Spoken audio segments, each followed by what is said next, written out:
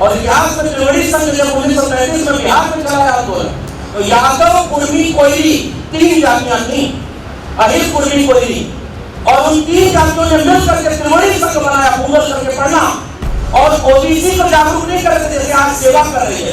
मैं बहुत बधाई देता हूँ राजनीति और पीएन सिंह जी आपको, जब आपने मुझसे ये कहा कि हम एक जाति नहीं, एक कर्मचारी नहीं, हम पूरे समाज को जोड़ करके बड़ा मंच बनाना चाहते हैं। तो मुझे ऐसा लग रहा था, जो सपना त्रिवेणी संघ में देखा गया था, जो सपना अजब संघ में देखा गया था, जो सपना समाजवादियों ने देखा, उसको आप आगे बढ़ाने का काम कर रहे हैं। इसके लिए मैं आपको बधाई देना चाहता हूँ।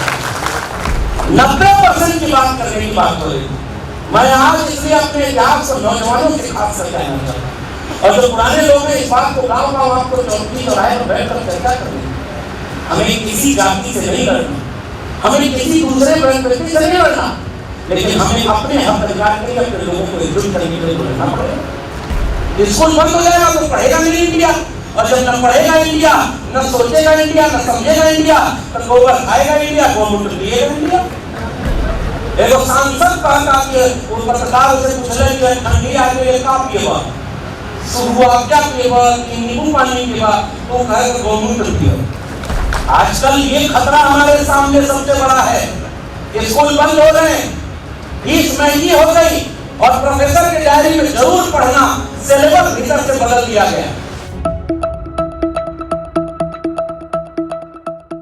बहुत बहुत धन्यवाद संचालक महोदय।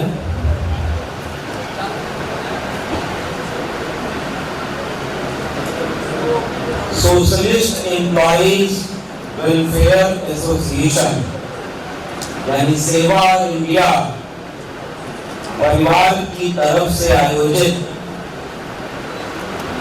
मान्यवर ज्योतिबा फूले डॉक्टर अंबेडकर जी की जयंती समारोह व मान्यवर बीटी मंडल साहब के स्मृति दिवस के संयुक्त आयोजन में बाकी बलिया के इस धरती पे आप सबको मेरा क्रांतिकारी जय भीम, जय मंडल, जय संविधान, जय इंकलाब जिंदाबाद। सबसे पहले सेवा इंडिया को इस बात का धन्यवाद देना चाहता हूं कि उनके बहाने से पहली बार मुझे बागी बलिया में इस तरह के कार्यक्रम में आने का मौका है। इसके राष्ट्रीय अध्यक्ष डॉक्टर गोविंद सिंह जी और प्रांतीय कार्यकारिणी में अध्यक्ष डॉक्टर पीएन सिंह जी, महासचिव श्री जेपी राणा जी, सचिव श्री राधेश्याम गुप्ता जी और सेवा इंडिया जनपद बलिया के संरक्षक द्वय श्री रमाशंकर यादव जी, डॉक्टर कृष्ण मोहन जी, जिला प्रभारी राजदेव जी, जिनके साथ लगातार संवाद होता रहा, ये पहले आयोजन में आई भी, उन्होंने निवेदन किया कि आपको आना है। उनकी पूरी टीम को, जितने भी लोग इस जनपद के इस संगठन में शामिल हैं, उन सबको आभार। आज एक बात और की, पहले ये आयोजन होने वाला था 20 अप्रैल को ये सभागार भी जैसे बुकिंग हो गई, सब कुछ हो गया। हमने फिर राजदेव जी से निवेदन किया कि 20 अप्रैल को आने में एक असमर्थता हो रही है, एक हफ्ते के लिए आगे बढ़ा दीजिए। इन्होंने ये कहा भी कि बहुत मुश्किल हो जाएगा, एक तो वैसे ही जिस जगह हम लोग हैं जिसका परमिशन भी मिलना मुश्किल था,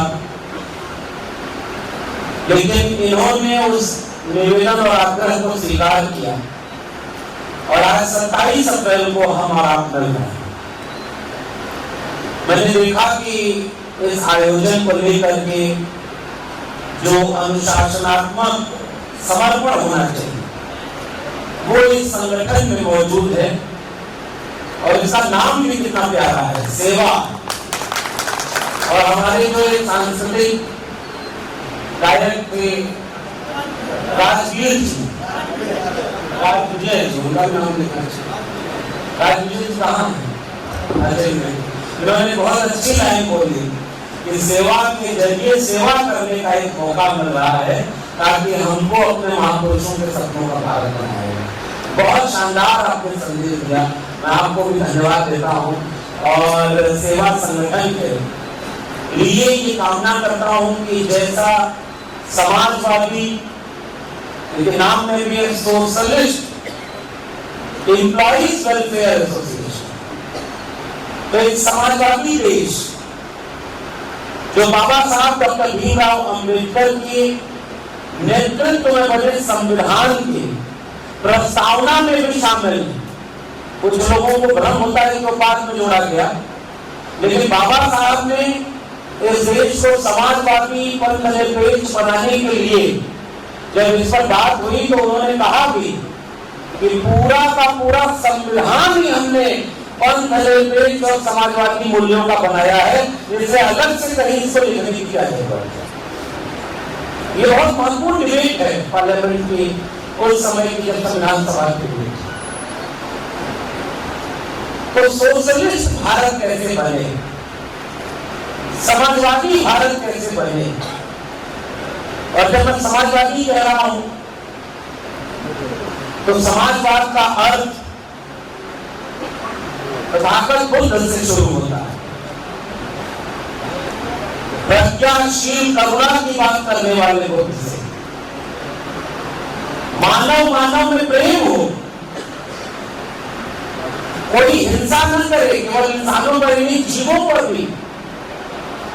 दुनिया चले तो प्रज्ञा से चले, बुद्धि से चले, विवेक से चले। ऐसे उस जमाने से लेकर के पिछले 2500-3000 साल के भारत के इतिहास में हमारे संतों गुरुओं महापुरुषों का जो इतिहास था, संत कबीर, संत रैदास, गुरु नानक, चोखार मिला, ज्ञानदेव, नामदेव, तुकाराम, पंचुदास को भीखा, बुल्ले शाह, बाबा फरीद, नारायण गुरु बसवन्ना से होते हुए जिन महापुरुषों को हम याद कर रहे हैं, महात्मा ज्योतिबा फूले, छत्रपति शाहू जी महाराज, संत गाडगे, अवंतीबाई लोधी, सावित्रीबाई फूले, फातिमा शेख, और वहां से होते हुए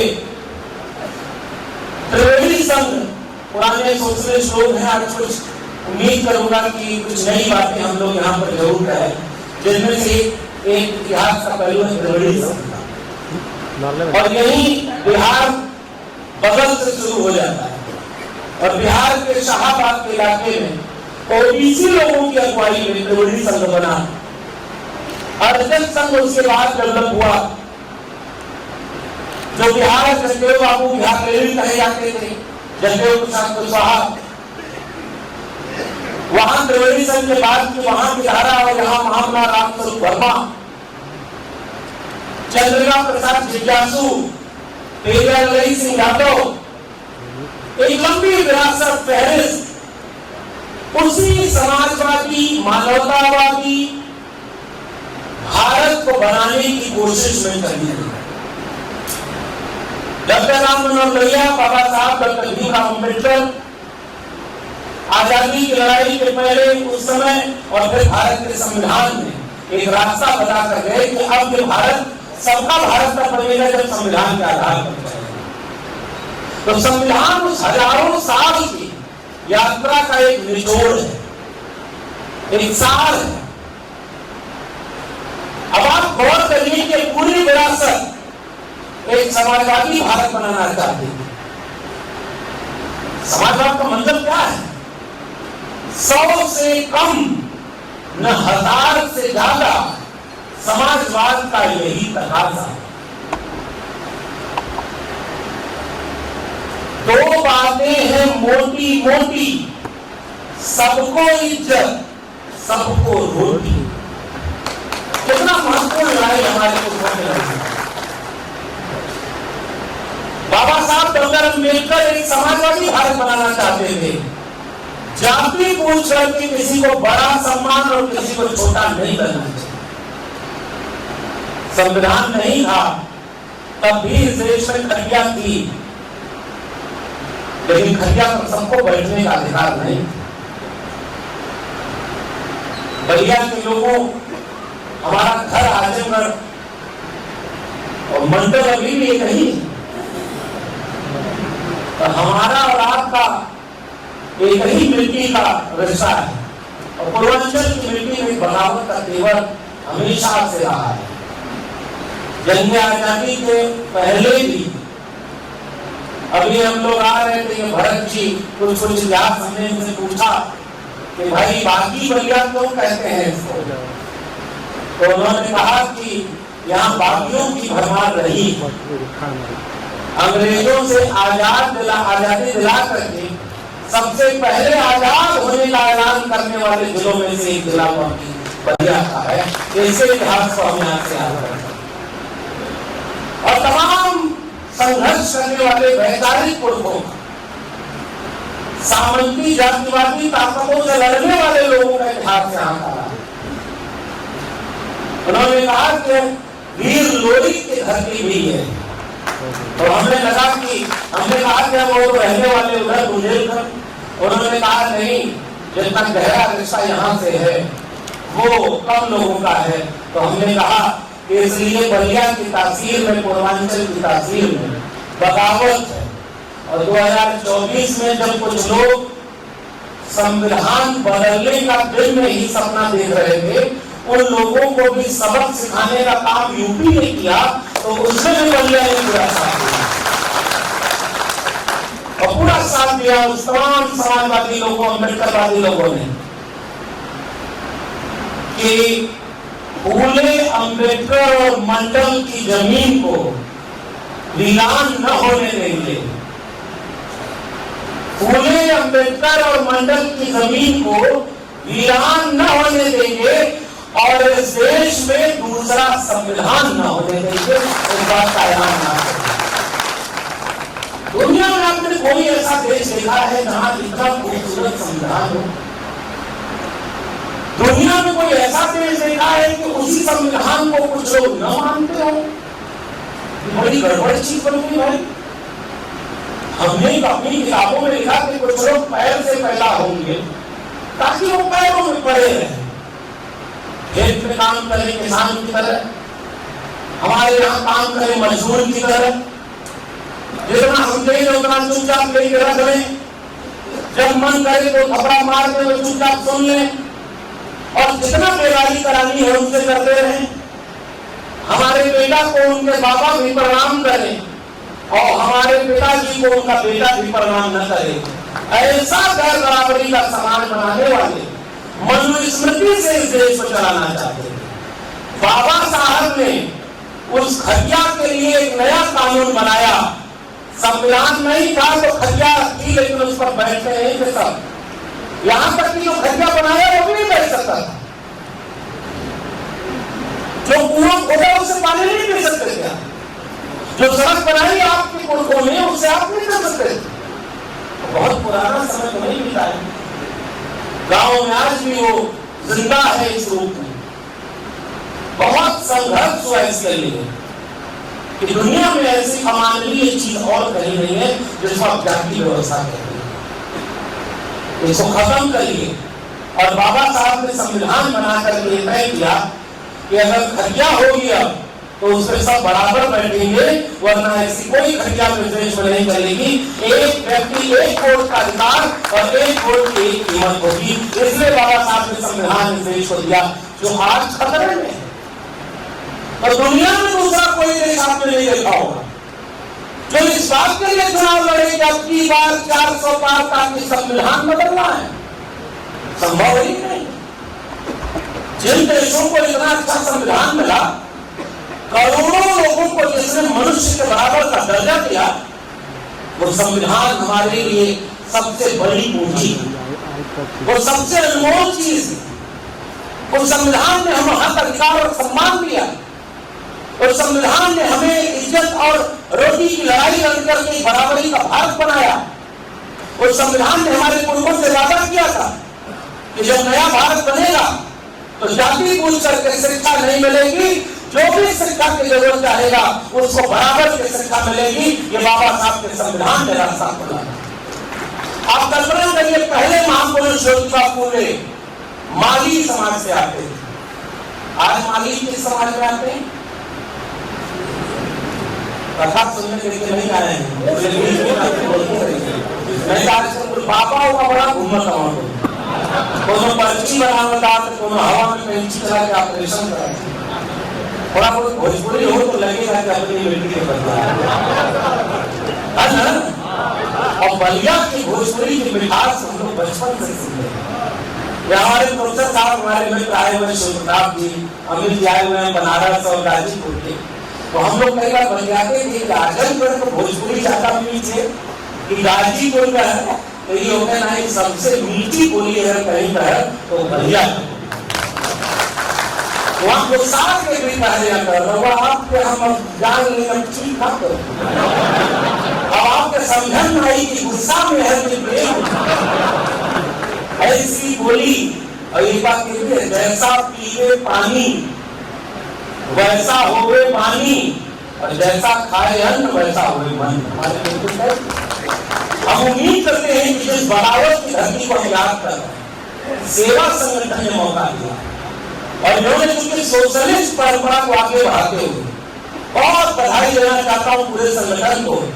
विचारधारा क्या होती है और विचारधारा को एक साथ जयंती मना करके महात्मा फूले ओबीसी समाज से आते हैं, माली जाति से आते हैं, अगर उसको इधर ले आइए तो आप कहेंगे अति पिछड़े समुदाय से आते हैं। बाबा साहब डॉक्टर भीमराव अम्बेडकर, कुछ लोग उनको कहते हैं कि वो दलित समाज के नेता हैं, दलितों के पीछे हैं। अरे हम तो कहते हैं कि बाबा साहब इस देश ही नहीं दुनिया में जहां भी मानवता की लड़ाई लड़ने की बात होगी, सबसे बड़ा नायक अगर कोई उभर कर आएगा तो उसका नाम डॉक्टर भीमराव अम्बेडकर है। उन्होंने सबके हित की लड़ाई लड़ी, लेकिन उनका अपना पृष्ठभूमि महाजाति से आती थी। और बीबी मंडल जो बिहार के समाजवादी आंदोलन के बड़े नेता, मंडल कमीशन के अगुवाई करने वाले नेता, तीनों की साझा जयंती मनाना, सेवा संगठन को इस बात के लिए बधाई देता हूं कि आपने एक पैगाम दे दिया है कि हम कैसे एकजुट, हमारी एकजुटता हमारे विचारधारा से। वरना अक्सर लोग अलग अलग जयंतियां मनाते हैं, ज्योतिबा फूले की जयंती, कोई बाबा साहब की अकेले जयंती। लेकिन इस मंच पर खड़े होकर के मैं ये बात कहना चाहता हूं, इस भारत के बचाने का विचार अगर कोई है तो वो इन तीन तस्वीरों की एकजुटता का विचार है। ये मिलकर के 90% कामयाब होगी। इसलिए मैं पूरे संगठन को बहुत बधाई देना चाहता हूँ। यही वैचारिक दूरदर्शिता तो हमें चाहिए। तो इस भारत को बनाना वो कैसे चाहते थे, क्या था उनका सपना, कौन थे ज्योतिबा फूले? हमारे प्रोफेसर विमल जी ने बड़ी अच्छी बात कही, बहुत महत्वपूर्ण बात प्रोफेसर साहब ने कही। पूजने के लिए नहीं, पढ़ने के लिए हमें महापुरुषों को याद करें। एक छोटा सा निवेदन, क्योंकि इतना अच्छा संगठन, घर में जो लायक बेटा होता है उसी से उम्मीद भी ज्यादा करते हैं। जो वैचारिक रूप से इतना सक्षम है उसी से हम ये उम्मीद करेंगे। मुझे पता नहीं बाहर किताबों का स्टॉल लगा है कि नहीं, वो तो हमारी किताब आ गई है उसी का लगा है। आप अगली बार जब कार्यक्रम करिए, जितने महापुरुषों का किताबें हैं उन किताबों का स्टॉल भी अपने हर कार्यक्रम में लगाइए, ताकि यहाँ से लौट कर लोग किताब अपने महापुरुषों के ले जाएं और उसको पढ़ें और उस विचार को गांव गांव पहुंचाएं, ताकि विचारों से एक बदलाव और एक क्रांति हो। अगर वो थोड़ा भी लगी किताबें महापुरुषों की बहुत बढ़िया देखिए, इसके लिए फिर से मैं बधाई देना चाहूँ। और मुझे राजदेव जी बता रहे थे, हमने कहा कि बहुत स्वागत होगा, में समझ में आया हो तो वैसे भी हम लेट पहुंच पाए, कुछ हमने सम्मानित वक्ताओं को सुन नहीं पाए, आगे जरूर मौका मिलेगा। हम सब जो कई घर परिवार के हैं तो अपने एक साथ ही लड़ाई में आगे मिलते रहेंगे। उन्होंने कहा कि सर एक चीज के लिए हम खेद व्यक्त करेंगे कि बहुत ज्यादा हम लोग बहुत स्वागत वगैरह पर भरोसा नहीं करते, एक प्रतीकात्मक स्वागत कर देंगे, बाकी विचारों पर बात होगी। तो आप इसको अन्यथा न लीजिएगा।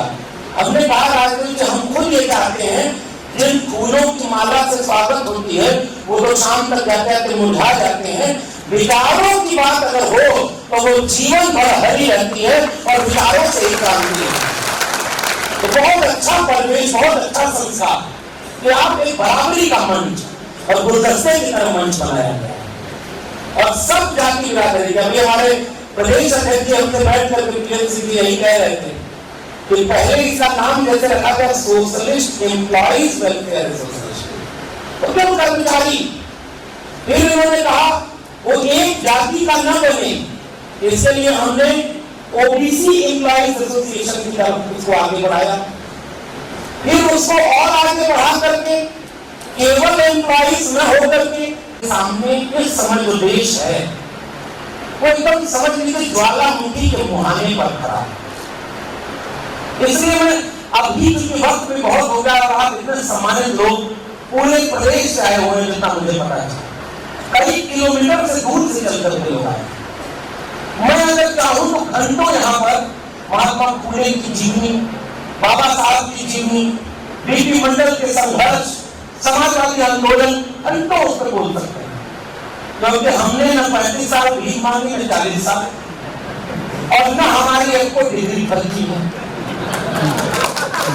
हम करके यहाँ तक संघर्ष करके आए, न चाय पैसे थे न कुछ करते, वकील तो बिल्कुल नहीं, मेहनत करके आए, किताब पढ़ के यहाँ आए। हमारे प्रधानमंत्री जी का इंटरव्यू पढ़ा कि आप लोग सुने कि नहीं, कह रहे हैं कि पढ़ाई लिखाई मेरी बहुत नहीं हुई है, मैं स्कूल नहीं जाता, फिर डिग्रियां कहाँ से मिल गई। लेकिन छोड़िए, बहुत मुश्किल से आयोजन होता है। उन्होंने कहा मैं ऐसे ऐसे नहीं पढ़ता था, जैसे फोटो खींचा रहता है ऐसे पढ़ के ऐसे ऐसे रहता था, ऐसे पढ़ के पढ़ना पड़ गया, ऐसे पढ़।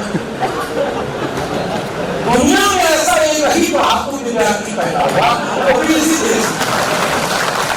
भाई बाकी को पढ़ना होगा तो एक लाइन पढ़ेगा, एक घंटा पढ़ेगा, इससे कौन पढ़ेगा। लेकिन भाई it's happen only in India. बड़े लोग बड़ी बड़ी बातें कुछ बोलते हैं, उनका कुल माफ कर भाई इतना बड़ी कुर्सी है। वैचारिक बात करने वाले लोग, हमारे लोग पढ़ लिख करके आगे बढ़े। कुछ लोग बात करते हैं, कहते हैं प्रज्ञा, बुद्धि, विवेक, और पूर्वांचल के लोगों ये बात समझिएगा, बुद्ध केवल एक धर्म के मानने वाले की बात ही नहीं है। अगर बुद्ध से किसी ने पूछा कि आपका सबसे बड़ा पैगाम क्या होगा, तो उन्होंने कहा कि किसी किताब में लिखा हो तो सच मत मान लेना, कोई व्यक्ति कह रहा हो तो भी सच मत मान लेना, ढेर सारे लोग कह रहे हैं तो भी सच मत मान लेना, जो तुम्हें सच लगे उसे सच मानना। अब दीपो भाव यानी अपना दीपक स्वयं बनो, इसलिए तथागत को विचार की पहली घोषणा। हम उस परंपरा विचार को यहाँ पर याद कर रहे हैं। बहुत बड़ा हो गए तो कबीर बनना मुश्किल था। हमारे लिए तमाम डॉक्टर हमारे शिवताप आए हुए वो संतों गुरुओं महापुरुषों का इतिहास जिसने से जो दुनिया को मानवता का पाठ पढ़ाया, क्या लिखा कबीर ने, ताकर पाकर जोड़ के मस्जिद करी किनारे ताकर मुल्ला बाप नहीं का बहरा हुआ खुदा है, तो पाकर पूछे हर मिलन तो मैं पूछूं पहाड़, और ताकर ये ताकि भरी की सारे संसार, अरे दो लान पाई हिंदुल के दुआएं देखी तो करके तर्क से विवेक से इंसान को इंसान के बराबर बनाओ, वो विचारधारा की। और बाबा साहब अम्बेडकर अपना पहला गुरु तथागत बुद्ध को मानते थे और दूसरा गुरु संत कबीर को मानते। कबीरा तेरी झोपड़ी गल कटियों के पास, और जैसी करनी वैसी भरनी तू क्यों भया उदास। और जगाते थे, कबीर जागने के लिए कहते थे, मेरा तेरा मनवा कैसे एक हो ही रे। 700 साल पहले कबीर लेकर के गए और 2025 में जब मैं बोल रहा हूं तो आज के उन लोगों को याद करिएगा जिनसे आपके संविधान और समाजवाद को खतरा है, जो आज बैठे हैं दिल्ली से लेकर लखनऊ से लेकर पहुंच गए, और नाम नहीं लूंगा समझ आप लोग सकते हैं। मन ना रंगाए रंगाए जोगी कपड़ा, और मैं भी कहा कबीर गए और जोगी भी वो मैंने किसी और के लिए कहा। इसलिए क्या है विचार, तेरा मनवा कैसे एक होगी रे। मैं कहता आंखन की देखी और तुम कहता कागज की लेखी। हमारे ग्रंथों में ये लिखा, हमने लिखा है कि मुख से जाए फलाना, तो जो मुख से पैदा हुआ वो बड़ा है। हमारे ग्रंथों में ये लिखा, वो लिखा। कबीर ने क्या कहा, तू कहता कागज की लेखी, मैं कहता आंखन की देखी। तू चाहता उलझावन हारी, मैं चाहता सुलझाई ले। और मैं कहता हूं जागत रहियो, तू कहता है सोई ले। और मेरा तेरा मनवा कैसे एक होगी। जगा कर गए हमारे संत गुरु और महापुरुष, और आज सब हमको सुनाने पर हम आता है। 100 ग्राम गोबर रोटी लपेट के खा कर तो बीमारी ठीक हो जाएगी। ये बताओ, ये दिल में एक काम है? ये बताइए, गोबर खाए वाली चीज है? अरे कौन चीज गोबर हमको खाया जाता? बताओ बड़ी बढ़िया के लोग बातचीत हो चाहिए। हमने सब पुरखा के तनो अनपढ़ रहना, गवार रहना, स्कूले ना गईना, पढ़े ना गईना, तब वो समझदार रहना कि गोबर खाए तो चीज ना बढ़िया। खेते में ज्यादा अनाज पैदा करा, हलवा पैदा करके खा, गोबर खाए वाली चीज ना हो। बता गलत? अरे बढ़िया लोगों को बताओ सही है गलत ना बात है। ऐसे गोबर क्या लगन हो ना, गोबर से बचावे कोई अपने नहीं कितना। 100 ग्राम गोबर खाकर बीमारी ठीक हो जाए, 200 ग्राम गोबर खा जा तो कोरोना ना हो। ना अब कोरोना आए तो सबसे पहले काम बंद कर लो। अब क्या समझदार आदमी समझ नहीं आई, सेवा का संगठन कर्मचारी लोग हो, ऐसे लोग जोखिमों उठा रहे हो, हमको बोला काम ना करें। लेकिन जो काम सेवा कर रहा है, विचारों पर लोगों को एकजुट करने का, इसलिए हमारी जिम्मेदारी है अपने इतिहास को लोगों तक पहुंचाना। अमेरिका से कौन से पकड़ना, वो लेके रंग झंडा लेके जाकर हिंदू खतरे में आज बताओ जाएगा, और वो घर खतरा में लोग पकड़ नहीं और बुलडोजर खड़ा हो तो वही तो बात किया। और उधर कहाँ गए हो, घर में जाओ हुआ गए मस्जिद के सामने, वो खोदनी प्रेमी से मंदिर में आएगा। भैया ये संदेश बनाना चाहता है, ये जरिए महात्मा कबीर ने करके गए कि मंदिर से तो फिर नहीं और मस्जिद से नहीं प्रेम, जिसमें अल्लाह राम नहीं, ऐसा नहीं समाज। क्या ये करके करेगा? इंसान से बड़ा कोई चीज है भाई, और तुम रोज नहीं करना, रोज नहीं करना। संत कबीर नहीं करके गए, जाएगा नहीं, हमें बोला एरिया के लोग बलिया में एक क्वेश्चन करके कर रहे हैं, हम क्या कोई एफआईआर हमें करेगा कुछ होंगे बोला, हम तो पुलिस को क्यों लेके उगली चलिए ये रहता है। अब तो हम उनका आसान लगा माइक पे हम फोटो नहीं खिंचाएंगे, नहीं बोलवा का पुलिस अरे बड़ा जोखिम आप लोग उठाओ और सब मिल करके लड़ेंगे। केवल बलिया में ही नहीं, पूरे देश में पीड़ित समाज के लोगों को एकजुट कर लड़ाई पूरे समाज में ले चलेंगे। जो जोशी साहब दिखा रहे हैं वही इसका पूरे उत्तर प्रदेश में भर हो गया। गलत करते हैं, बलिया से ज्यादा पुलाते पड़ता हूँ, बताओ क्या देश बनाना चाहते हैं भाई? 90% उस लिस्ट में 10% लोग होंगे, जिसकी आबादी समाज में 10%। डीएम बना है, एसपी बना है, थाना में बैठा है, पुलिस कचहरी में बैठा हुआ है, ब्यूरोक्रेसी में बैठा हुआ है, यूनिवर्सिटी का प्रोफेसर बन के बैठा हुआ है, कानूनों से लेकर लेखपाल तक ज्यादा से ज्यादा वही बैठा हुआ है। हमारा आदमी दलित पिछड़ा कहाँ है भाई? वो गलत धर्म में चल रहा है, उसासी की गलती हुआ से खाना ना खाए बच्चे, हाथे में कलम हो चाहिए तो पकड़ा देना हत्या अल्लाह के दौरा हो पा उनके हमको समझावे कर भैया। एक बात आप बताइए, आप कहते हैं कि जिसकी आबादी 10% है वो अपने देश अपने विचारधारा का वो देश बनाना चाहता है, वो समाजवादी देश से बना रहा है। वो नागपुर में उसकी विचारधारा का फैक्ट्री है, वहां से जो माल निकल रहा है पूरे देश में फैला रहा है, उससे किस बात किसका है? वो तो अपनी विचारधारा को लेकर समर्पित है। 100 साल लगा उसने अपना संगठन तोड़ा नहीं। अब ज्यादा हम आपका यहाँ जितना आदमी उससे ज्यादा संगठन हो, अब केहू के पीछे उन्होंने चारा गलत नहीं बदले, उनके मंच पे भाषण देने का मौका ना मिला तो यहाँ से निकलते चाहिए प्रकाश कार्यक्रम बढ़िया बोलेगा, कहीं उनके बोलने का मौका मिला, अच्छे भाषण दे लेंगे, कहीं क्या बढ़िया काम कर रहे हैं, सेवा आगे बढ़ाओ। हमारी नाक लंबी हो गई, दिल छोटा हो। अगर ये समाज अगर सोया ना होता, पता ना होता, तो आज पूरे देश में आप हैं कहां? जरा हम आपसे पूछना चाहते हैं, बताइए ना कहां है आप? इसलिए संत कबीर ने लिखा कि कबीरा खड़ा बाजार में और लिए लुकाठी हार, और जो घर जाओ आप ना चलो हमारे साथ। बड़ी कुर्बानी तो देनी पड़ेगी। इसलिए संत कबीर ने ये चेतना चलाने की कोशिश की। और आज कुछ पाखंड और विश्वास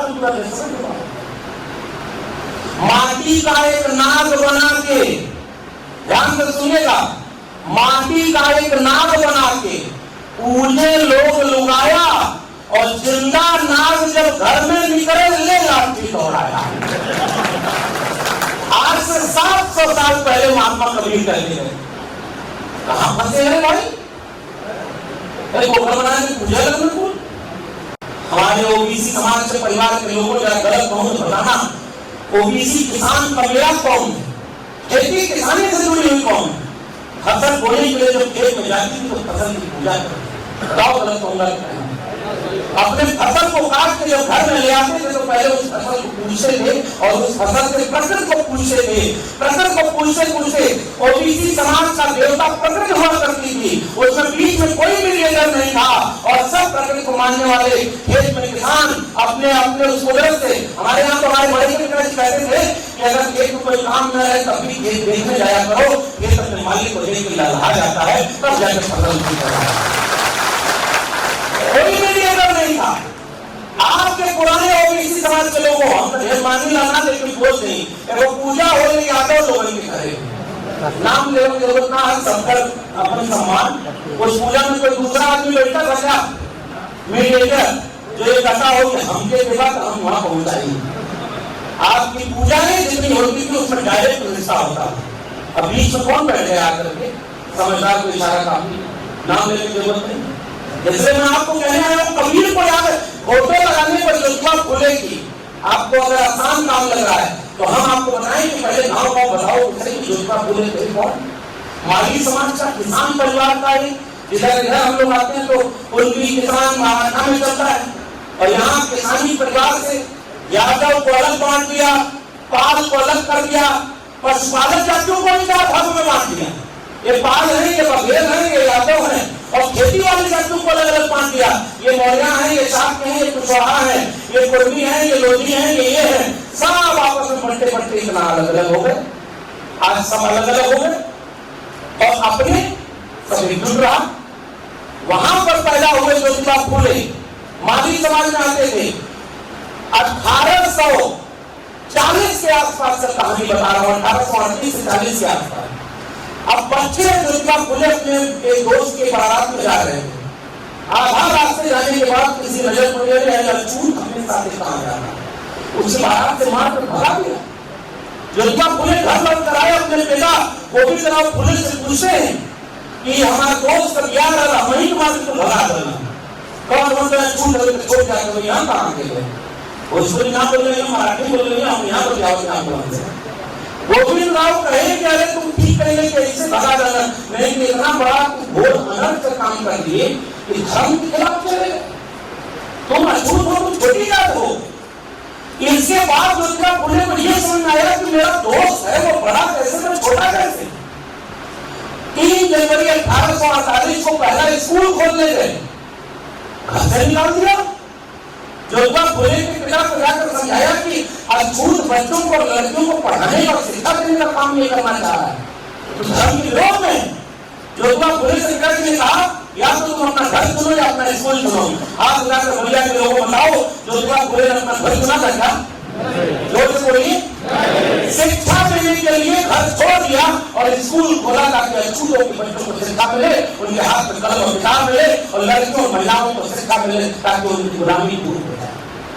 और आज शिक्षा दूर हो गया। मैं तो 14 साल की प्रोफेसर रहा, बाहर किताब है मन करे तो लेकर पढ़िएगा। विमल जी प्रोफेसर है और भी हमारे तमाम सम्मानित लोग मंच पर बैठे हुए हैं।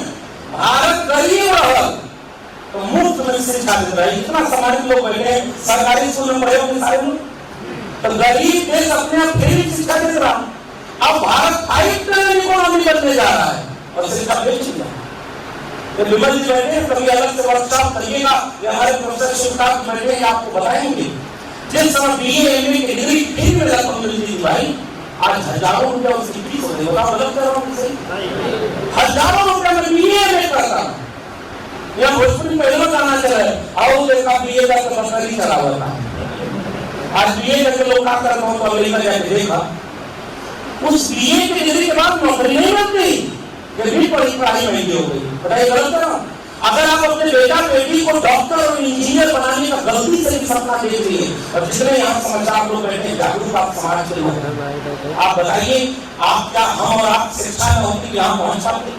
हमारे यहाँ आजमगढ़ में हमारे बाप दादा खेत में गाय भैंस चराते थे, दूध के बेचते थे सवेरे शाम को। हमारे घर खेत में का तो दूसरे के खेत में जाकर खेती का आधा मालिक ले ले, आधा से हमने जो उजाला होकर वही में 2 रुपया बचाना है, तो हमने भाई बहन को पढ़ाना है। बताओ बलिया के लोग ईमानदारी से बताओ, ऐसे ही हमने तो भाई बहन है।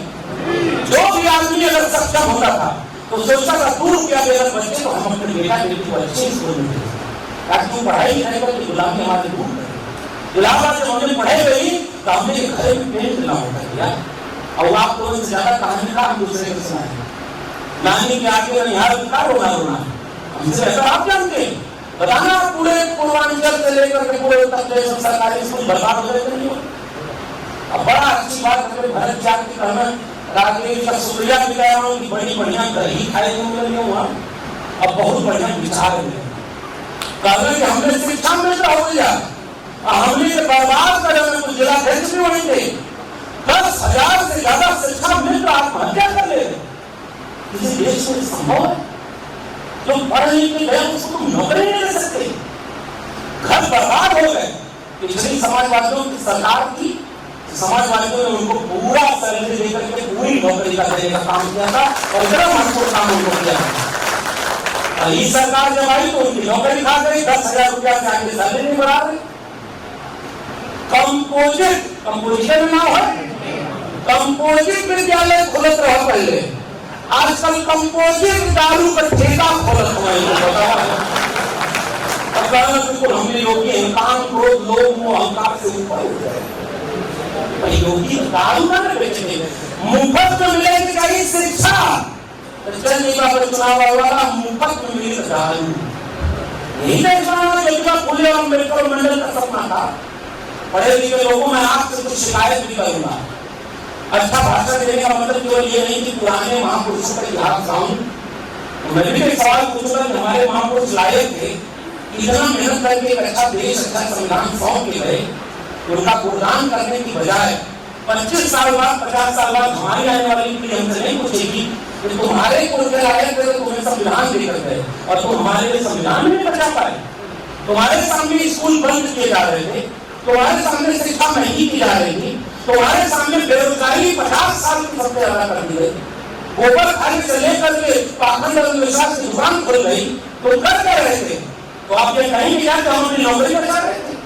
अपन खेत बचाओ नहीं, अपन पेट्रोल पंप बचाओ नहीं, अपन कुर्सी हम सांसद बन जाए, हम विधायक बन जाए, हम प्रमुख बन जाए, प्रमुख बैठे हुए हैं, कितने समझदार आदमी है, कितने लोग जो अपनी नौकरी और अपनी जाति बचाने के लिए लड़ा, समझ लीजिए वो कुछ भी नहीं कर पाएगा, और 50 साल बाद की पीढ़ियों की नजर में हम लोग दोषी करार दे जाएंगे कि मैं बाबा साहब भी अपना परिवार बचाते 4 बच्चे कुर्बान हो गए डॉक्टर अम्बेडकर के। और पहला ओबीसी समाज के लोगों में आपसे निवेदन करके जा रहा हूँ, ओबीसी को कई बार ये भ्रम हो जाता है कि हमने तो ताकत पर हमारे पास इतना खेत है, अब पैर ऊपर पैर कहा तो निकला हमारे लिए सोचना चाहिए। बताओ ओबीसी समाज के लोगों खास कर यादव लोगों को लगता है, मैं निवेदन करने आया हूँ। अखिलेश यादव मुख्यमंत्री 5 साल रहे उत्तर प्रदेश, उनके पिता मुख्यमंत्री 3 बार रहे, और अखिलेश यादव विदेश से पढ़ के आए। 5 साल सरकार चलाई तो जाति पूछ करके न एक्सप्रेस वे बनाया, न लैपटॉप बांटा, न मोबाइल बांटी, न एम्बुलेंस चलाया, न 10-90 चलाया, सारा काम सबके लिए किया।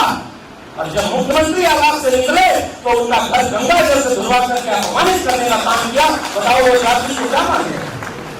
अगर वो भी उनको हिंदू मानते तो गंगा जल से तुम धुलवा रहे हो, तब वो तो लग रहा है कुछ दिक्कत कहीं नहीं, लोगों का आंख तक खुले गलत कर देगा।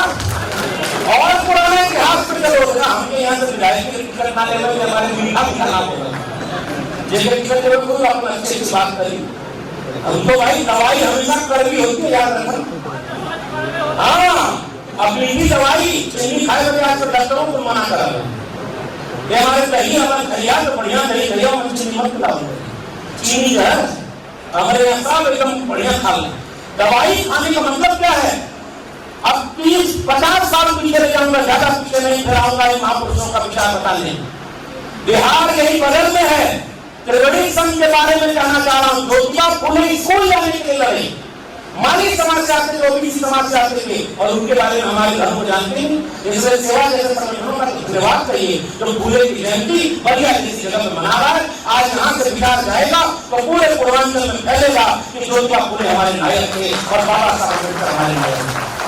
और गाँव गाँव जाकर बताना मेरे लोगों कि हमारे पूर्वज शिक्षा के लिए लड़े थे, कलम के लिए लड़े थे, और हमारे पूर्वों के हाथ में कोई हथियार नहीं, वो बाकी से नहीं लड़े। और इसलिए बाद में जाकर के छत्रपति साहू जी महाराज, बाबा साहब अम्बेडकर, डॉक्टर राम मनोहर लोहिया और समाजवादी आंदोलन में ओबीसी समाज के लोगों आपकी पृष्ठभूमि जा रही है। त्रिवेणी संघ चलता था बिहार में, पुराने लोगों को पता होगा 1933 में बना, और ये बुकलेट है। पढ़े लिखे और विद्वान लोग जब एक संगठन बनाते हैं तो केवल पद के लिए झगड़ा नहीं होता, विचारों को आगे ले जाने के लिए क्रांतिकारी किताबें भी छापी जाती हैं। इसलिए इस किताब को गांव गांव पहुंचाना हम सबकी जिम्मेदारी है। ये क्रांति की किताब, ये सामाजिक न्याय का घोषणा पत्र है, और इस घोषणा पत्र में हर घर के ओबीसी को जगा दीजिए, अपने आप के देश बन जाएगा। इससे आपको मैं बधाई देता हूँ कि आप वो जिम्मेदारी निभा रहे हैं। ओबीसी की आबादी 60% है, और आरक्षण कितना मिला ओबीसी को बताइए जरा? 27% आरक्षण। इस किताब में एक सूची बनी राज्यवार पिछड़ा वर्ग आरक्षण, और आज भी इस देश के कई राज्यों में आपको 27% आरक्षण नहीं मिला। और ओबीसी सोया हुआ शेर है, ओबीसी सोया हुआ शेर है, इसको जगाओ मत, क्योंकि अगर जाग जाएगा तो यहाँ से जाके वहां सो जाएगा। जाति कहेगा क्या? अपनी जाति बना के लड़ेगा। पहले कैसे लड़ेगा कि तू क्या वाल हवा हम ढंढोर, गलत नहीं बोलिए। फिर अगर थोड़ा समझदार होगा तो कहेगा हम नहीं रहे, तू कुछ भी कोई है गुलामी ना लोग भोजपुरी में के गाड़ी बनाओ करे कहावत बने लगे। अरे गणेरिया कुर्मी चोर घर सारे का टंगड़ी को बताइए। पुराने लोग जैसे बैठे हुए गाली देने का काम किन जातियों को हुआ है? हमारे लोगों अपमान करते थे भाई कि उनकर कुछ भी भारत की बात बोले ले, अब ये सब पहले बोले कितना अपमान सह करके, और आज आपको लगने लगा कि थोड़ा खेत बाड़ी थोड़ा पैसा आ गया तो आपकी लाठी अपने कमजोर पर चलने लगी। मैं आपसे निवेदन करने आया हूँ, अगर आपके लाठी में दम है तो कमजोर की रक्षा के लिए और अपने ताकत पर खेलने से लड़ने के लिए लाठी चलाइए, तब मैं आपको आशीर्वाद का प्रमाण दूंगा। इसलिए हम निवेदन करने आए। हम समझ रहिएगा कि आपको वो अपना मानते हैं। मंदिर जाने के बाद कोई मंदिर का बताओ तुम तो ये झूठ मानते हैं। यही एक दलित सांसद है आगरा के, संसद में वो बयान दे डालना, मान लो उनके बयान से उनके सहमति ना है, गलत है, तो तू थाना में जाके फरियाद कराओ, तो जाके मुकदमा कर। उस तलवार लेकर दौड़े आगे ना उनके घरवा पे कुछ हमला कर देना, बताओ वो गलत करके 1 महीना बिना किसको कौन मानता है भाई? अब एक कोई पहल गाँव में अटैक भला आतंकवादी को मरना यहाँ आतंकवादियों को मारत का पूछना कि धर्म क्या है, हिंदू हो कि मुस्लिम, और हिंदू से गोली मारी। जो जहर फैलाना चाह रहे थे वो विदेशी आतंकवादी इस देश में पहले ही वो लोग खड़ा रहे।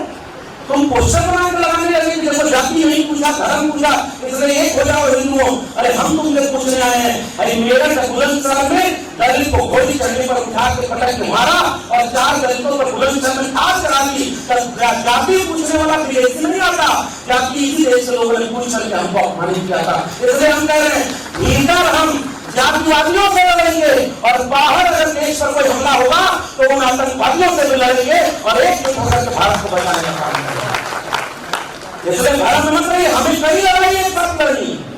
और बताओ पुराने लोगों, बड़ जात बंजौला से छोट जात बंजौला से कौन बोला था? कोई विदेशी आता बोलने? तुम रास्ते पर चलोगे नहीं, और यहाँ पर तुम्हारा जो तालाब में पानी नहीं पी सकते, अछूत बना दिया। और इतिहास में त्रिवेणी संघ जब 1935 में बिहार में चलाया आंदोलन, तो यादव, कुर्मी, कोयली 3 जातियां थी। अहिर, कुर्मी, कोयली, और उन 3 जातियों ने मिलकर के त्रिवेणी संघ बनाया। गूगल करके पढ़ना। और ओबीसी को जागरूक नहीं करते जैसे आज सेवा कर रही है। मैं बहुत बधाई देता हूँ राजनीति और पीएन सिंह जी आपको, जब आपने मुझसे ये कहा कि हम एक जाति नहीं, एक कर्मचारी नहीं, हम पूरे समाज को जोड़ करके बड़ा मंच बनाना चाहते हैं। तो मुझे ऐसा लग रहा था जो सपना त्रिवेणी संघ में देखा गया था, जो सपना अर्जक संघ में देखा गया था, जो सपना समाजवादियों ने देखा, उसको आप आगे बढ़ाने का काम कर रहे हैं। इसके लिए मैं आपको बधाई देना चाहता हूँ। त्रिवेणी संघ और अर्जक संघ का नारा क्या था? जिसमें समता की चाह नहीं, वह बढ़िया इंसान नहीं। क्या बढ़िया नारा देते थे वो लोग। थे यादव, कुर्मी और कुशवाहा लोग थे, 3 लोग, और तीनों ने संगठन बनाया तो दलित समाज को जोड़ करके लड़ाई लड़ते थे। और इसलिए उन्होंने क्या संगठन बना के आगे बढ़ाया कि जिसमें समता की चाह नहीं, वह बढ़िया इंसान नहीं, समता बिना समाज नहीं, बिन समाज जनराज नहीं, जो जमीन को जोते बोए वो जमीन का मालिक होए। क्या क्या लड़ाई आपकी कहां से थी? जुल्म करो मत, जुल्म करो मत, लड़ना है तो मत, जीना है तो मरना सीखो, कदम कदम पर लड़ना सीखो। ये नारा लगा करके वो आगे बढ़ाते थे। सन तो पाने बागी गांठ पिछड़ा पावे 100 में 60 समाजवादियों का नारा। और ओबीसी समाज के लोगों को एक कोई विश्वविद्यालय बता देना मुझको, एक कोई जिला कोर्ट, एक कोई थाना, एक कोई कचहरी बता दो जिसमें ओबीसी 100 में 60 पढ़ा है। 100 में 60 कहीं है क्या? तो उसको आगे बढ़ाया इन लोगों ने कि 100 में 90 शोषित हैं, शोषितों ने ललकारा है, धन धरती और राजपाट में 90 भाग हमारा है, 10 का शासन 90 पर अब नहीं चलेगा, नहीं चलेगा। 90% की बात करने की बात हो रही। मैं आज इसलिए अपने इतिहास को नौजवानों से खास कर कहना चाहता हूँ, और जो पुराने लोग हैं इस बात को गाँव गाँव आपको चौकी चौराहे पर बैठकर चर्चा करेंगे। हमें किसी जाति से नहीं लड़ना, हमें किसी दूसरे व्यक्ति से नहीं लड़ना, लेकिन हमें अपने हक अधिकार के लिए अपने लोगों को एकजुट करने के लिए लड़ना पड़ेगा। वो त्रिवेणी संघ, वो अर्जक संघ का नारा, और वो लोग जो नारा लगा के आगे बढ़ते जा रहे। शिक्षा पर जो खर्चा हो, बजट का 10वां हिस्सा हो, एक प्रोफेसर का डायरी खरीद के पढ़ जा। शिक्षा का बजट 2014 में 5.68% था, और 2025 में एजुकेशन बजट टोटल जीडीपी का 2.6% हो गया। 10 साल में शिक्षा का बजट आधा हो गया, फीस महंगी हो गई, और स्कूल कॉलेज बंद होने के कगार पर आ गए। 27,000 स्कूल बंद होने का फरमान किस प्रदेश से था? बताइए कौन सा प्रदेश था? अगर 90% लोग अगर एकजुट होकर के स्कूल बंद होने के मुद्दे को उठाते नहीं हम लोग सोशल मीडिया पे, तो बंद हो जाता है कि नहीं बंद हो जाता? तब कंपोजिट स्कूल बंद होगा और उसकी जगह पे कंपोजिट दारू का ठेका खोल दिया जाएगा। इससे खतरे से आपको मैं बताने के लिए आप स्कूल बंद हो जाएगा तो पढ़ेगा नहीं इंडिया, और जब न पढ़ेगा इंडिया, न सोचेगा इंडिया, न समझेगा इंडिया, तो गोबर खाएगा इंडिया, गोमूत्र पिएगा इंडिया। एक सांसद कहता कि उस पत्रकार से पूछ रहे कि ठंडी आ गई का पिएगा, सुबह पिएगा कि नींबू पानी पिएगा, तो कहेगा गोमूत्र पिएगा। ये बताओ भैया कितना नहीं गौ पालक के यहाँ सब इधर हुई, क्यों भैंस पाले वाला, क्यों गाय पाले वाला, क्यों बकरी चराने वाला, सब तो परिवार हम नहीं कर। ये बताओ वो खाए पिए वाली चीज है, तो कितना हम कह सकते हम क्यों? अब देखिए खाए पिए तो उनके खाए दो, अगर कम पड़े तो उनके सप्लाई करवा दे, अगर कम पड़े तो हमारी ओर से ले जाए। लेकिन इस देश के 90% दलित पिछड़े के बच्चों को अच्छा दूध पीने को मिले, अच्छा खाना खाने को मिले, अच्छा कपड़ा पहनने को मिले, और अच्छे स्कूल में पढ़ाई करने को मिले, उसके बाद अच्छी नौकरी मिले। ये फूले अम्बेडकर और मंडल के सपनों का भारत है। हम उस शिक्षित भारत को बचाने के लिए यहाँ एकजुट होने का संकल्प लेंगे। हमको नहीं चाहिए ऐसा भारत, हम पढ़ाने वाले भारत की बात करेंगे। तो उन शिक्षा से वंचित कर रहे हो, और 69,000 शिक्षक भर्ती घोटाला इस प्रदेश में हुआ, और आज भी दलितों पिछड़ों का हक मार दिया गया। 2018 के बाद से इस प्रदेश में एक भी शिक्षकों की भर्ती नहीं आई है। बताओ गलत कह रहा हूँ? वो रोज जाके को लखनऊ में आंदोलन करता लाठी से पिटाना, और वही बात जब मौसम आई सावन का, अब बढ़िया एक डंडा लेके वो हर चल जीवा हेलीकॉप्टर से फूलों की बारिश। समझदार को इशारा काफी, मैं नाम भी नहीं ले रहा हूँ क्योंकि आयोजक मंडल को मैं मुश्किल नहीं ला रहा। समझ गए कि नहीं? हेलीकॉप्टर से फूल कहाँ बरसाया जा रहा है? तो वो काम करोगे तो खून बरसाया जाएगा, और नौकरी मांगने और अंतर्राज्यीय शिक्षक भर्ती में जाओगे तो पुलिस से लाठी बरसाया जाएगा। चुनना आपको है कि हेलीकॉप्टर से खून खाना है कि पुलिस से लाठी खाने के बाद भी और अंतर्राज्यीय शिक्षक भर्ती वाले लोगों का साथ दो, ताकि आपके बच्चों को शिक्षा और रोजगार मिल सके। इसके लिए आपसे पूछना है, आजकल ये खतरा हमारे सामने सबसे बड़ा है, स्कूल बंद हो रहे हैं, फीस महंगी हो गई, और प्रोफेसर के डायरी में जरूर पढ़ना, सिलेबस भीतर से बदल दिया गया, सिलेबस में बदल दिया गया, इतिहास बदल दिया गया। अब आप ये नहीं पढ़ोगे कि ज्योतिबा फुले पर फिल्म बनी है, आपको पता है कि नहीं? और फिल्म रिलीज होने वाली थी कब?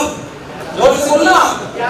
11 अप्रैल, जिसमें जागरूक लोग हैं उनको पता है, 11 अप्रैल जब ज्योतिबा फुले की जयंती थी, और फिल्म को सेंसर बोर्ड ने कैंची चला दी और कहा कि ये फिल्म नहीं दिखाई जाएगी क्योंकि इसमें कुछ लोगों का अपमान हो रहा है। बताओ गलत कर रहा हूं? हम 90% हैं, हमारे पुरखों का जिसने अपमान किया हम उसका चेहरा दिखाने लगे तो वो लोग आज इतने जागरूक हैं कि वो आपको आपके इतिहास बताने से रोक दिया। कड़वी दवाई दे रहा हूँ, सोच सके ना, और आप उसको समझ नहीं पाए, आपको पता ही नहीं हो क्या है। सिलेबस में से अम्बेडकर को गायब कर दिया। आपके देश के किसी विश्वविद्यालय में ज्योतिबा फुले को नहीं पढ़ाया जाता। ये तो सेवा जैसे संगठन और वैचारिक संगठन जितने लोग यहाँ पर बैठे हैं, ये भीम आर्मी के हमारे साथी बैठे हैं, ये समाजवादी साथी बैठे हैं, ये लोग अगर जागरूक न होते तो इनको कोई पूछता? गलत कह रहा हूं तो बताना मेरे लोगों को। सिलेबस में नहीं है ये लोग, अब तो केवल डरते हैं, इसलिए फलाने भी 14 अप्रैल को जा करके माला पहनाए थे बाबा साहब की मूर्ति पर, और जैसे माला पहना के घूमे होंगे वैसे अपने सेक्रेटरी से बोले होंगे कोई और चीज अगर बेचने को बन चाहिए तो देखा वो भी बेच हो जाए, कहीं अम्बेडकर के सपनों को भारत न बन जाए। गलत कह रहा हूं? देश बेच लिया आपने, देश से आपने उद्योगपति हो से आपने, और शिक्षा बेच ली, रोजगार बेच लिया। इसलिए मैं आपसे निवेदन करने आया हूँ, त्रिवेणी संघर्ष के होते हुए जब आगे लड़ाई लड़ी गई थी तो उस लड़ाई में ये वादा किया गया था कि रोटी कपड़ा सस्ती हो और दवा पढ़ाई मुफ्त हो। बताओ ये नारा तो का था नहीं? ये मुफ्त में अगर देना है तो अब ये समाजवादी लोग जब इस देश की सड़कों पर नारा लगाते थे, जब डॉक्टर लोहिया और डॉक्टर अम्बेडकर 1956 में मिल करके काम करना चाह रहे थे। ये पीडीए कोई आज का नहीं बना है, पहला पीडीए बनाया डॉक्टर राम मनोहर लोहिया और डॉक्टर बाबा साहब अम्बेडकर ने 1956 में, और दोनों मिलकर के एक साथ काम करना चाह रहे थे कि ओबीसी, दलित, आदिवासी सब भाई मिलकर के इस देश पर राज करने के लिए हम लोग को एक बनाना पड़ेगा। अक्टूबर 1956 में दोनों लोगों में पत्र व्यवहार हुआ, लेकिन मुलाकात हो पाती, कोई योजना बन पाती, इससे पहले कुदरत ने बाबा साहब अम्बेडकर को 6 दिसंबर 1956 को अंतरिक्ष में दिया। वो अधूरा रह गया सपना, और अधूरा रह गया वो सपना जिसमें सब हर हाथ को काम और हर हाथ को शिक्षा मिलती। बाबा साहब के सपनों को पूरा करने के लिए बाद में इसी उत्तर भारत में एक दूसरा महानायक पैदा हुआ जिसका नाम मानव कांशीराम था, और मानव कांशीराम ने नारा दिया, मंडल कमीशन लागू करो वरना कुर्सी खाली करो। ये एक जनता के लिए समाज की बनाई। तो मंडल कमीशन जिसका फायदा ओबीसी को मिलना था, और उसके लिए नारा कौन लगा रहा था? कोई शरद यादव मंडल रथ निकाल रहा था, कोई मसीहा दिल्ली में बैठ करके कोई दलित समाज पासवान जाति से आने वाले रामविलास पासवान शरद यादव के साथ बैठ करके आंदोलन कर रहे थे कि मंडल कमीशन लागू करो वरना कुर्सी खाली करो। बिहार में मंडल कमीशन को लागू करने के लिए लोहिया और कर्पूरी ठाकुर की विरासत को आगे बढ़ाने का काम कोई गरीबों का मसीहा लालू यादव कर रहा था, तो वही काम उत्तर प्रदेश में चरण सिंह की विरासत को, लोहिया की विरासत को आगे बढ़ाने वाला कोई श्रद्धेय नेताजी मुलायम सिंह यादव कर रहा था, और तब जाकर के मंडल लागू हुआ था। और मंडल की लड़ाई को आगे बढ़ाना हमारी जिम्मेदारी थी। पीडीए बना था, और उसी पीडीए में बना था मिले मुलायम कांशीराम और हवा में उड़ गए। समझदार को गलत कर रहा हूं, उससे ज्यादा आसान लड़ाई थी क्या? रंग लेकर लोग चले गए। मंडल के विरोध में कमंडल, और समस्तीपुर मैं वहां जाना पिछले दिनों मेरा हुआ, और समस्तीपुर की मिट्टी को ऐसे छू करके मैंने प्रणाम किया कि दंगाइयों के रथ को रोकने का काम यही गरीब का बेटा लालू यादव ने किया था। और दूसरी बार यही पर हमला करने जाने वालों के सामने संविधान लेकर खड़ा हो गए थे वो श्रद्धेय नेताजी। और सुनना इतिहास, मैं अब वक्त मुझे हो गया, 5-7 मिनट और लूंगा। कर्पूरी ठाकुर नाई समाज से आते थे, बिहार में मुख्यमंत्री बने, और उसी समय उत्तर प्रदेश में मुख्यमंत्री थे राम नरेश यादव, पुराने लोग जानते होंगे। कर्पूरी ठाकुर ने 26% आरक्षण लागू किया, 20% पिछड़े समाज के लिए, ओबीसी दलित समाज को आरक्षण संविधान से मिल चुका था, 3% महिलाओं के लिए, 3% गरीबों के लिए, और वो आरक्षण उसके बाद उसी समय उत्तर प्रदेश में लागू किया था राम नरेश यादव जी ने, 14% आरक्षण। तो दिल्ली से क्या अपमान किया रे भाई मेरे लोगों, दलितों पिछड़ों पीढ़ी के लोगों। दिल्ली से चमड़ा भेजा संदेश और बार बनावे कर्पूरी भैंस राम नरेश। तो किसने, कोई विदेशी आया था ये नारा देने, कोई श्रीलंका वाला आया था कि नेपाल से कोई आया था? अरे इसीलिए अच्छा कोई किया था ना गाली। आरक्षण कहां से आई कर्पूरिया की मां, और उसके बाद गाली भूल गए। यहाँ सब जा रहे हैं धर्म बचाने, कर्पूरी ठाकुर को गाली क्यों मिली? एमए बीए पास करेंगे और कर्पूरिया को बांस करेंगे, नारा बिहार में चला। अरे पिछड़े समाज के लोगों, तुम्हारे पुरखों ने गाली सही, अपमान सहा और आरक्षण दे दिया, संविधान दे दिया, मंडल दे दिया, और हम बचा भी नहीं पाए, तो किस बात के लायक बच्चे होंगे हम? यही है राम नरेश, वापस जाओ, वापस जाके भैंस चराओ। भैंस चराना गड़बड़ काम है। अरे इस देश में जब संविधान बाबा साहब का आया और डीपी मंडल की अगुवाई में जब मंडल कमीशन आया, तो भैंस चराने वाले सरकार चलाने फिर लगे, और उन्होंने ये बताया कि जब हम सरकार में आए तब समाजवादी भारत बना था, तब गरीबों, पिछड़ों और वंचितों को उनका हक मिला, वरना घटिया पर बैठने नहीं देता था। बताओ गरीब पुराने लोगों जाति पूछ करके मारता था। और जब ये बदलाव आया, कोई मंगल कांशीराम पैदा हुआ, कोई नेताजी मुलायम सिंह पैदा हुआ, कोई लालू पैदा हुआ, कोई शरद यादव पैदा हुआ, कोई रामविलास पासवान पैदा हुआ, तब जाकर तो, और कोई इसी प्रदेश में जब बहुजनों की सरकार बनी थी, वहां से हम यहाँ पहुंचे। और आखिर में मैं उस कहानी छोड़कर आपको जा रहा हूँ। आज आपके पुरखों की कुर्बानी जो हासिल हुआ था ना, सब छीना जा रहा है। यही मैं आपकी बात खत्म करूंगा, क्योंकि वक्त बहुत हो गया, आप लोग बहुत दूर से आए। बताओ गलत कह रहा हूँ कि सब छीना जा रहा है कि नहीं छीना जा रहा? और हमें जातियों में बांट दिया, हमें आपस में लड़ा दिया, और लड़ा करके वो बिल्लियां रोटी के लिए लड़ रही थी। बंदर आके बोला कि हम फैसला करके लड़ूंगा, हम पढ़ लिखे आए नहीं, हम बढ़िया तराजू लेके आया, एक तरफ ढेर रोटी तो हर तोड़ के खा ले, तो दूसरी की तरफ ढेर हो जाए। पुराने लोग ये सब किस्सा हम गाँव में समझाने के लिए हमारे बाप दादा सुनाया करो। आजकल हम अपने लेखन में समझा नहीं पाओ जाए, उन्हें तो पता नहीं थे कि हर रोटी तोड़ लो, हर ज्यादा होगी, हर तोड़ लो, हर ज्यादा होगी, और खाते खाते दोनों और रोटियां बानर खा कर, और उसके बाद बिलारी से कहा था कि देखा कितना बढ़िया न्याय मिली, अच्छे दिन आ गए, जितना भूखी तू हो उतने भूखा ही हो हम, और दोनों बिलार खुश होकर जाते हैं कि न्याय हो गया।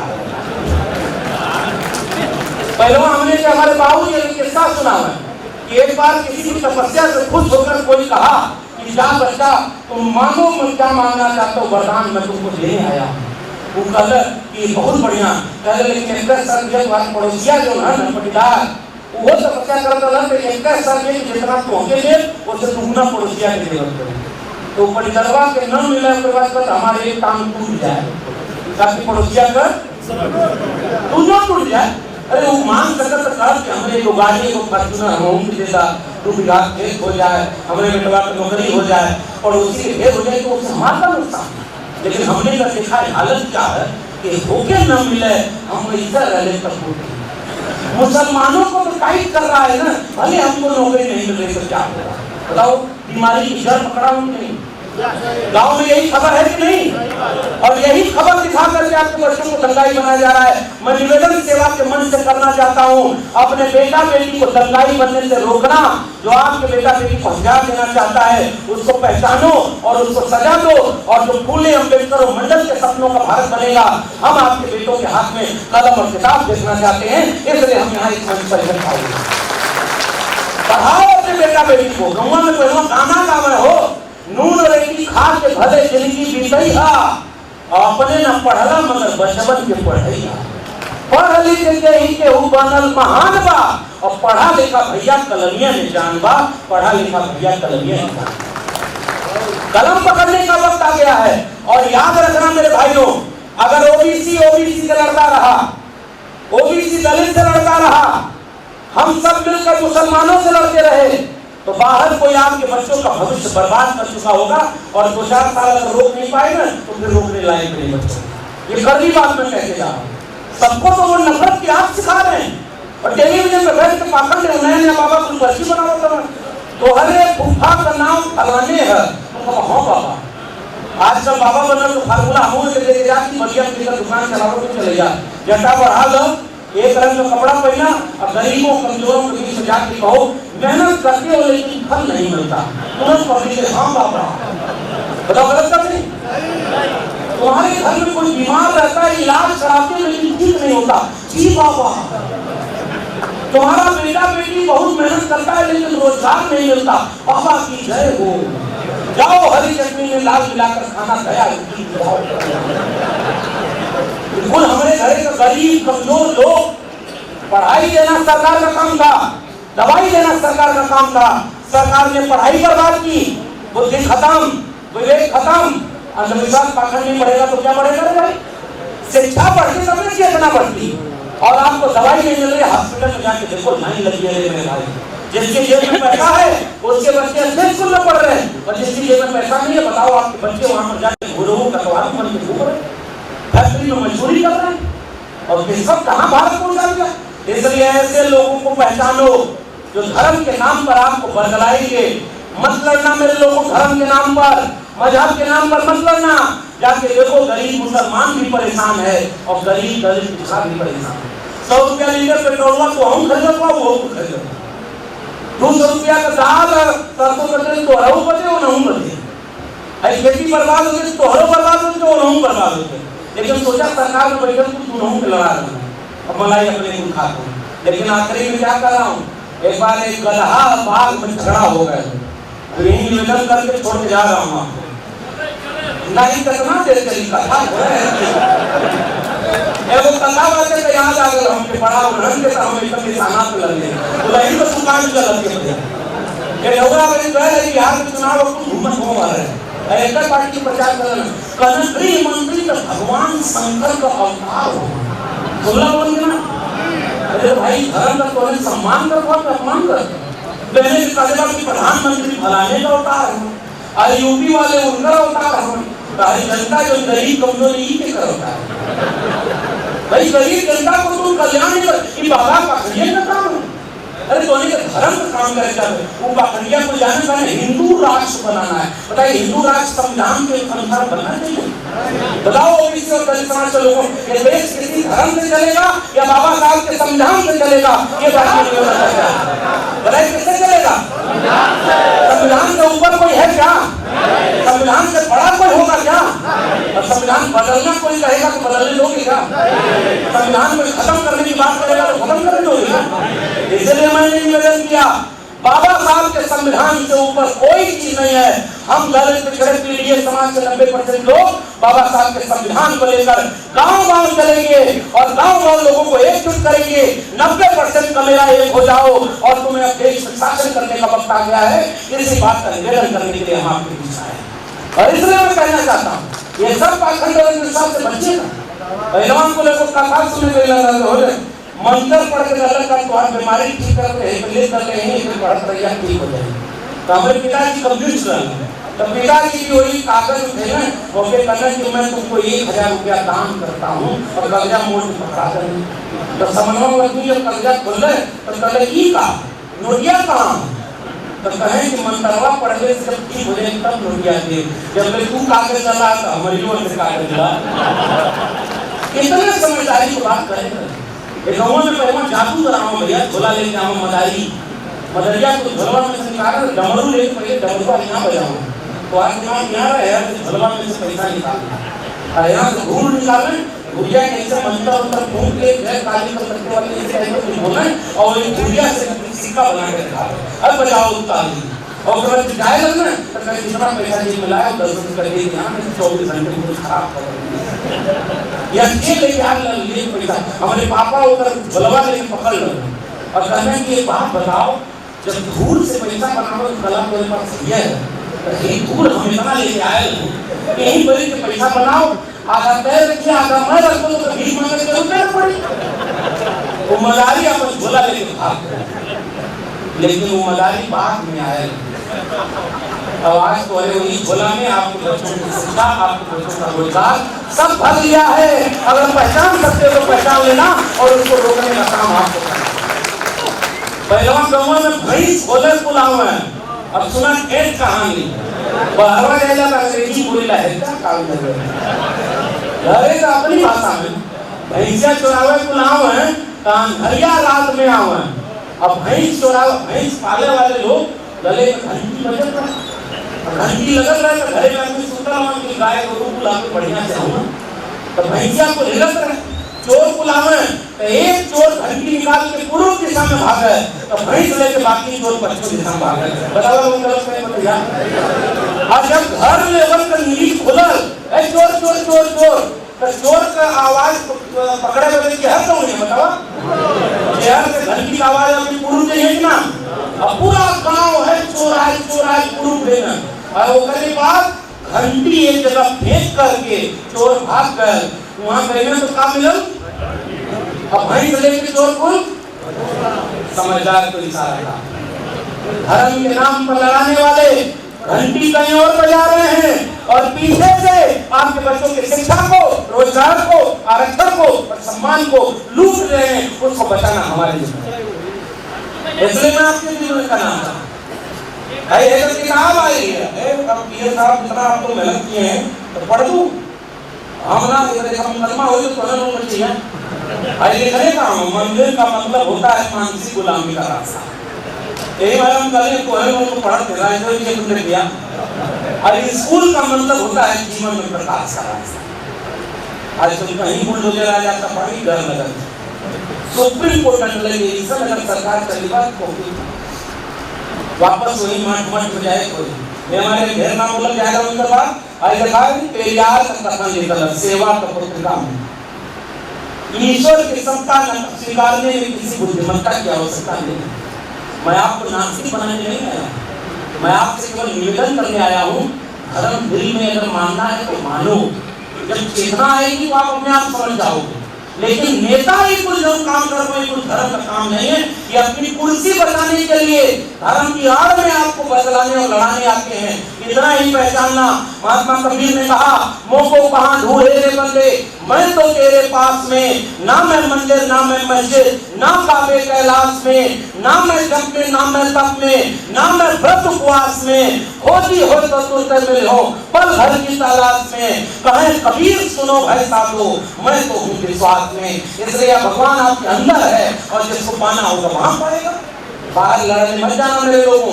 और गांव में आपके कोई नफरत करने आए कोई दंगा करने आए तो लाठी लेकर कमजोर के साथ खड़े हो जाना। और पीड़ित समाज के लोगों इस उत्तर प्रदेश में एकजुटता की बहार चल रही है। उसको कोई पीड़ित कहता है कोई बहुजन परिवार कहता है कोई बाबा साहब कमाने वाला कहता है। मैं उसको कह रहा हूँ कोई भी शब्द दे दो 90% लोगों एक हो जाओ यही निवेदन करने आया हूँ। किसी दलित बस्ती में अगर अत्याचार हो तो पिछड़े समाज के लोगों लाठी लेकर खड़े हो जाना कि किसी कमजोर के ऊपर अत्याचार नहीं करेंगे। बताओ वादा कर रहे हो संकल्प सेवा के मंच पर लिया जाएगा कि नहीं? आपकी लाठी कमजोर पर तो नहीं चढ़ेगी आपकी लाठी कमजोर के खिलाफ तो नहीं होगी। और अगर आपकी लाठी में दम है तो ताकतवर से लड़ो जो आपके बच्चों का शिक्षा रोजगार छीन रहा है और रोज आकर को आपको भड़का रहा है। इसलिए बहुत वक्त हो गया मैं निवेदन करके जा रहा हूँ और मैं फिर से कह रहा हूँ ये राजदेव जी आपको बहुत धन्यवाद कि आपने इतना बढ़िया मंच किया। लेकिन एक निवेदन यहाँ कार्यक्रम खत्म नहीं हो रहा भाषण खत्म होता है लेकिन वैचारिक कार्यक्रम सेवा जैसा संगठन चाह रहा था कि बिहार गांव तक जाए तो हाथ उठाकर मेरे लोगों मानवर कांशीराम मिशन और कैडर चलाते थे तो गांव में चौराहे पर 4 लोगों को बैठकर समझाते थे लोग।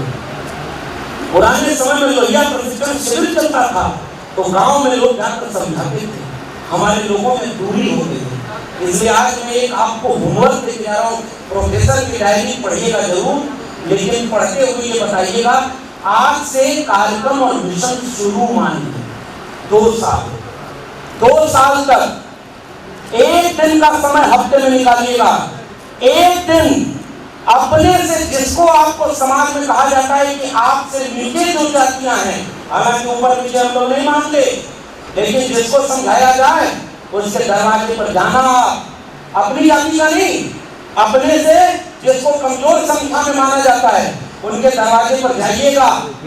और अगर उनके घर में गरीबी है तो 2 रोटी लेकर जाना, 1 रोटी आप खाना और 1 रोटी अपने भाई को एक ही थाली में बैठकर बराबर का खिलाना, तब जाकर के समाज में एकजुटता बनेगी। भाषण से कोई समाज में एकजुटता नहीं बनेगा। हम तो बस निवेदन करने हैं, और नौकरी आज है नहीं। प्रोफेसर की डायरी पढ़िएगा, ऊपर सोचा करना है कि अगर नौकरी अच्छी होगी तो गैराज है। अरे हमने पुरखा कोने के पुरखन से नाम लेना तो हमने डराया होगा, हमने तो गलत रास्ते में हो जाएगा, कौन गलत कीजिए भैया, और कौन बाकी बलिया में बुलाए करके और हिम्मत दे जाएगा। बाबा साहब का संविधान हाथ में लेकर के मंडल, फूले और अम्बेडकर के सपनों का भाग बनाने के लिए हम ये कहते जा रहे हैं कि हम न डरने वाले हैं और न रुकने वाले हैं। इस कारवां को हम आगे बढ़ाएंगे। और इस तरह से कहना चाहता हूँ, पूरी धरा भी साथ दे तो और बात है, तू जरा भी साथ दे और बात है। और यूं तो एक कदम से भी चल लेते हैं लोग, मगर दूसरा भी साथ दे तो और बात है। आज संकल्प लेकर के 90% लोगों एक होकर के गांव-गांव टोली बना करके चलना है। 2 साल तक चलना है, मोहब्बत का पाठ पढ़ाने चलना है। किसी के साथ अन्याय हो तो खड़े हो जाना, किसी के ऊपर लिंचिंग हो, नफरत में दंगाई हिंदू मुसलमान करें तो बीच में खड़े हो जाना। तुम अपने मस्जिद में इबादत करो, तुम अपने मंदिर में जाना है जाओ, हम संविधान को मानने वाले दंगा नहीं होने देंगे और नफरत की आग नहीं फैलने देंगे। मोहब्बत का पाठ पढ़ाने के लिए आपके बीच में जाएंगे। 2 साल अपना 1-1 घंटा और हफ्ते का 1 दिन बता देने को तैयार है कि नहीं? और हमारे पास 365 दिन नौकरी ना, जहाँ बुलाएंगे सेवा में लोग हमारे, और जहाँ आप हमको बुलाएंगे थोड़ा हम लोग को लिखने पढ़ने का भी काम करना है तो थोड़ा कम निकल पाता हूँ, लेकिन आप इस कारवां को गाँव गाँव पहुँचाएंगे कि नहीं? बताएंगे कि नहीं? कर्पूरी ठाकुर को गाली कौन दिया, मंडल को विरोध में कौन था, कमंडल लेकर कौन आया, बाबा साहब के विरोध में कौन था, और आज संविधान के खिलाफ कौन है? बताइए, बताएंगे कि नहीं? और कोई अगर आलोचना करे तो सुन लेना मेरे भाई। जैसे यादव के लोगों को मैं कहना चाहता, बड़े भाई बनने का बहुत शौक है तो बड़ा भाई बनने का मतलब विनम्रता भी होती है। और विनम्रता में केवल एक बात कहूंगा, जीतने का ये हुनर भी आजमाना चाहिए। जंग अगर भाई से हो तो हार जाना चाहिए। थोड़ा अपना बर्दाश्त करो, कुर्बानी के लिए तैयार रहो, और जिसकी आबादी कम है उसको अपने कंधे पर बिठाओ और एकजुटता बना करके चलो, तब जाकर के अपने आप देखना आप रिश्ता बना लोगे। इसलिए आपस में मत करना मेरे लोगों। बांटने वाले आएंगे और कुल्हाड़ी को आगे करके कहेंगे इस कुल्हाड़ी को वोट दे दो, इसमें तुम्हारी जाति की लकड़ी लगी हुई है। और जंगल की लकड़ियां अगर कुल्हाड़ी को वोट देंगी तो पूरा जंगल खत्म हो जाएगा। जाति के नाम पर मत जाना, विचारधारा के नाम पर एकजुट होकर के उसको वोट देना जो आपके बच्चों की शिक्षा की बात करे, रोजगार की बात करे और प्रेम और मोहब्बत का समाज बनाए। इसलिए जातिवादी खत्म करो और संविधान के नाम पर एकजुट हो जाइएगा। यही अपील करके कि आज अगर नहीं समझे तो फिर समझने लायक नहीं बचेंगे। मौका मिले, बाहर किताबों का स्टॉल लगा है, 10 रुपया कम पड़े ना तो पड़ोसी से मांग लेना और किताब खरीद करके गांव-गांव चौराहे पर बैठ कर उस पर बात करना। डरना नहीं आपको है, आपकी संख्या 90%, तो चौराहे पर कोई और बैठ क्यों हटता है? बताओ ये सही है क्या? अरे कमजोर बना दिया, और इसलिए कमजोर बना दिया क्योंकि सबको आपस में लड़ा दिया और सब आपस में लड़ रहे। अगर एकजुट हो जाए तो एकजुट होकर के हमारी सरकार, हमारा शिक्षा, हमारा रोजगार, थाने में हमारे लोग, विश्वविद्यालय में हमारे लोग, जुडिशरी में हमारे लोग, मीडिया में हमारे लोग और उद्योगपतियों में भी हमारे लोग होंगे। लेकिन अगर ये 2 साल हमने मेहनत नहीं की तो फिर 90 के पहले का बिहार और 90 के पहले का यूपी आपका स्वागत करने को तैयार है। इसके लिए मुझे मत कहिएगा कि मैंने आपको, हमने नौकरी कुर्बान करके ये काम कहना चुना है, हमने चुना है ये बात, वरना हम भी यूनिवर्सिटी में 2 लाख रुपया सैलरी मिलती। आज तो कोई पूछने नहीं जाता कि घर कैसे चलता है, लेकिन देखो हम भीख मांगने वाले लोग नहीं, अपने दम पर खड़े होकर के घर भी चलाएंगे और इस देश को बचाने के लिए गांव-गांव जाना पड़ेगा तो गांव-गांव जाएंगे। लेकिन आप अपनी जिम्मेदारी निभाओ, आप गांव-गांव निकलो मेरे भाई, समय नहीं है। जातियों को जोड़िए, लोगों को जोड़िए और इस सालवान को कार्यक्रम खत्म होगा, लेकिन मिशन को आज से शुरू करिए और 2 साल तक गांव-गांव पहुंच करके एकजुट हो जाइएगा। तब फूले को सच्ची श्रद्धांजलि होगी, तब अम्बेडकर का सच्ची जयंती होगी और तब मंडल की सच्ची पुण्यतिथि होगी। अगर ये नहीं कर पाए तो फिर आने वाली पीढ़ी 25 साल बाद 50 साल बाद पूछेगी कि तुम क्या कर रहे थे। मैं सीना तान के कहूंगा, प्रोफेसर की डायरी लिख करके मैं लोगों को बता रहा था कि शिक्षा बचा लो, नौकरी कुर्बान करके लोगों को बता रहा था कि अपने बेटा बेटी के लिए नौकरी बचा लो, संविधान बचा लो। मैं ये बात कहना चाहूंगा, याद रखना, हम लोग कम लोग नहीं हैं। सेवा के मंच पर इतने लोग आ गए, जंगल में आग लगी, एक चिड़िया अपने चोंच से कुछ पानी से आग बुझा रही थी, तो बाकी चिड़िया चुपचाप 90% जो थी बैठ के देखा कि तो अरे चोंच से कुछ पानी से जंगल में आग बुझ गई। उस चिड़िया का जवाब मेरे भाषण का आखिरी वाक्य है। उस चिड़िया ने कहा, मुझे पता है इतनी बड़ी जंगल की आग हमारे चोंच से कुछ पानी से नहीं बुझेगी, लेकिन जब इस आग का इतिहास लिखा जाएगा तो मेरा नाम आग लगाने वालों में नहीं, आग बुझाने वालों में शामिल होगा। जय भीम, जय मंडल, संविधान जिंदाबाद, उल गुलाम जिंदाबाद, इनकलाब जिंदाबाद, जय सेवा और जय मंडल और जय भीम।